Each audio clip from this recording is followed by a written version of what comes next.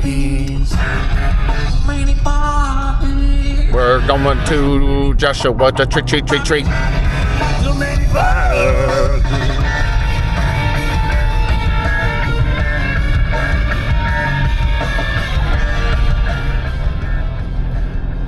What's going on, y'all? Wild Nile. We just left the house and we are headed to Joshua Tree. And I believe that Joshua Tree will be the 8th or 9th national park that I've hit this year. Maybe 10th. And then I got 2 more at the end of this October that I'm going to go see too. So we're doing good. But we are headed out to Joshua Tree. There's a storm coming in, so we should have some super cool clouds. And just gonna go out there and enjoy the desert. So come join me.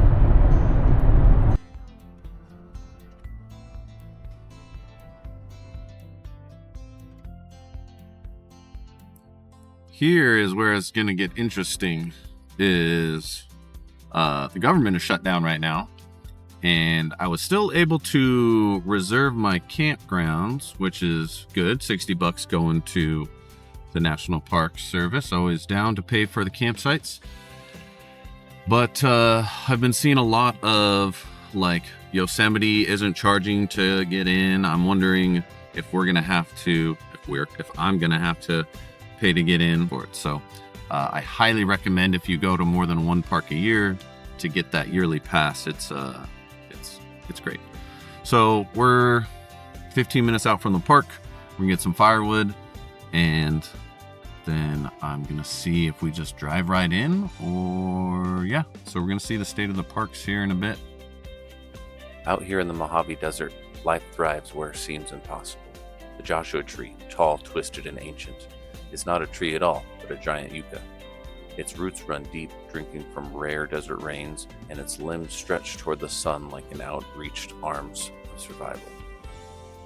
Every spring, white blossoms bloom, and they depend on one tiny partner, the yucca moth. By night, she visits the flowers, gathering pollen and placing it carefully into another blossom before laying her eggs.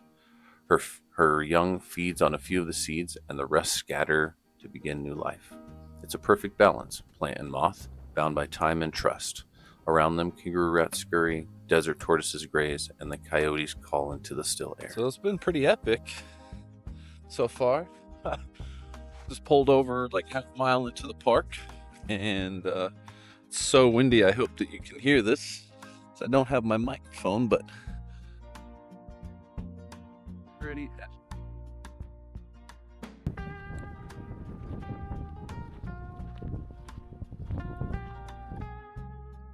Doing a little bouldering. And there's paths all the way up here, and I saw other people climbing up this thing, so I know we're okay to play on it, or else don't do it, you know? Be safe. I'm a rule breaker and bender, but when it comes to national park stuff, respect the nature, you know? That's all it is. Finding a path again.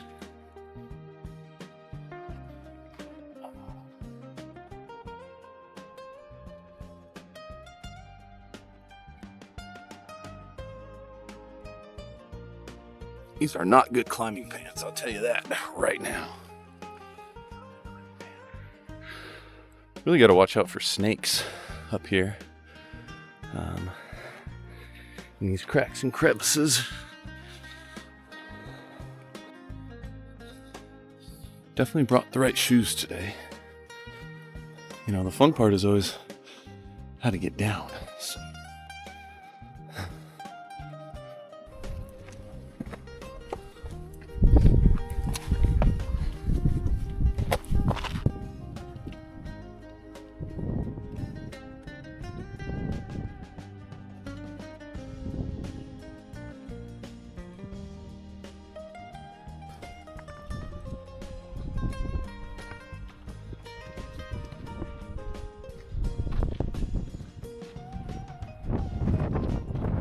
Just a little step further. Oh my God, you guys. This is what I absolutely hate to see. You get up to this amazing, majestic spot, and you find a cigarette butt. Don't be a dickhead.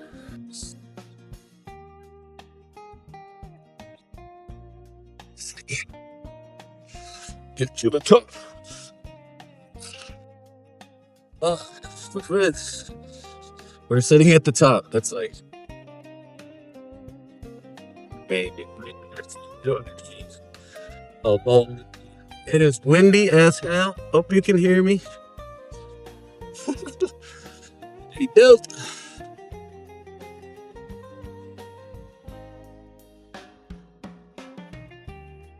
All right, we made it down. It's still windy, and that huge cloud is coming for us. It's definitely gonna be raining at some point today, so maybe we'll get some good sunsets. I don't know.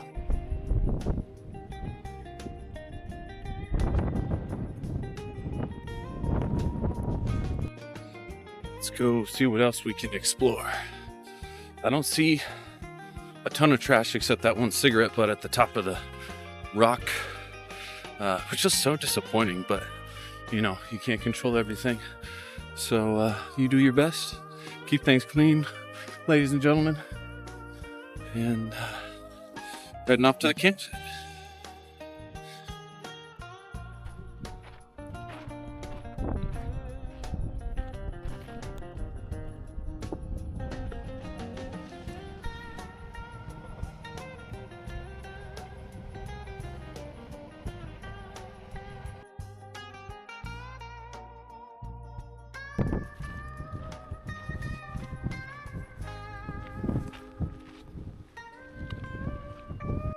Wonder if we're gonna get any rain. Just seems to be really cloudy and dry at the moment. Windy, but you never know. It's the desert. Between the massive granite boulders of Joshua Tree, the trail turns into a playground for explorers. You crawl, climb, and squeeze through sun-warmed stone, each surface smooth from centuries of desert wind. The air smells of dust and sage. Lizards vanish into cracks. Light filters into golden ribbons between the rocks. It's not just hiking, it's discovery. The moment where you feel small but deeply connected to the wild spirit of the desert.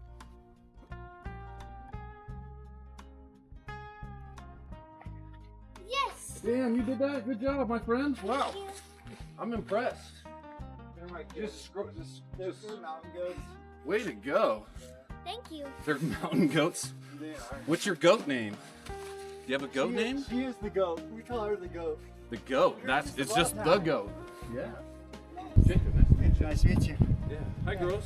Oh Not my man, kid. you're outnumbered. Oh, I wouldn't even know what to do with the man around anymore. Rachel, Ethan, so nice to meet you. Nice to meet you, Ethan. All right, you guys have fun. I'm gonna Yeah. scale this thing. You too, yeah. Make it Have look fun, fancy. man. This is awesome over here. It is.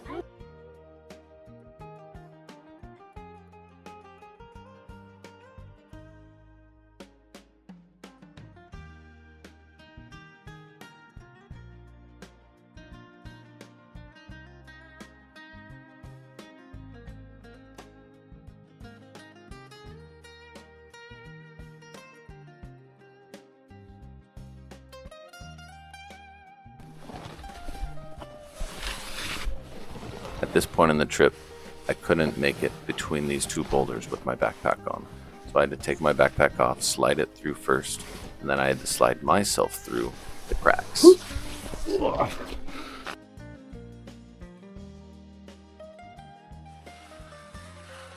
That was a bit of a squeeze. Still got a little more to go.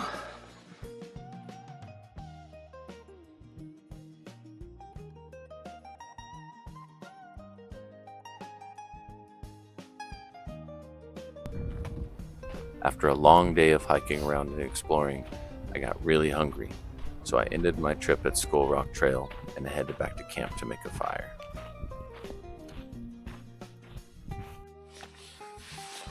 We're gonna make some wood shavings for our fire.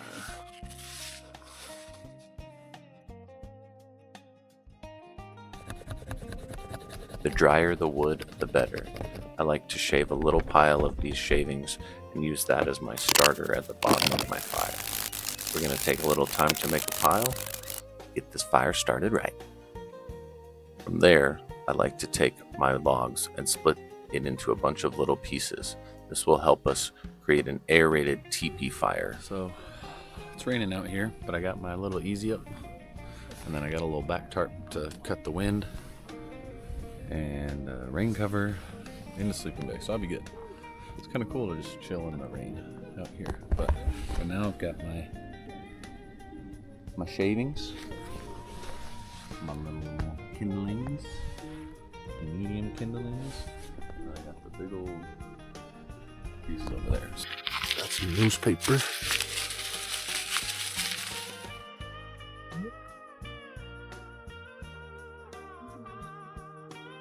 That could be skin. Wood shavings. And then we make a little teepee.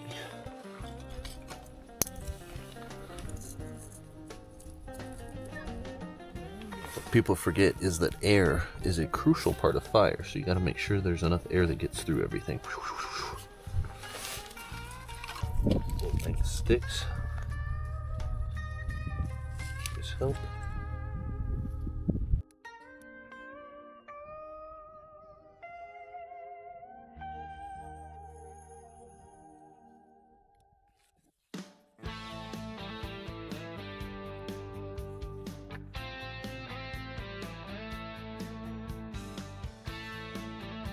A lot of air.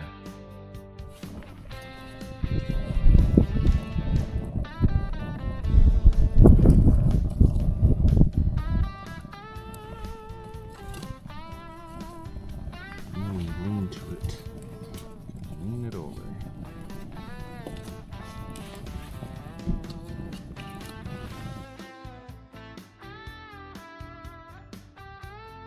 So we got our steak barbecuing right there. We got our mac and cheese set up right here.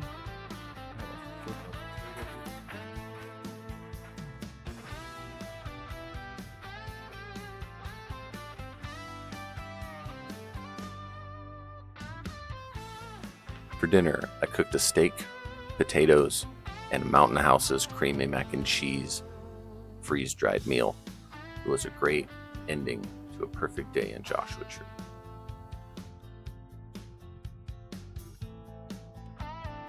I'd eat this mac and cheese at home. So.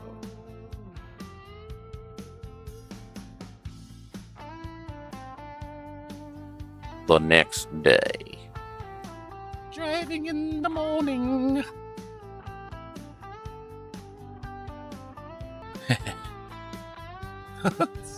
So stupid.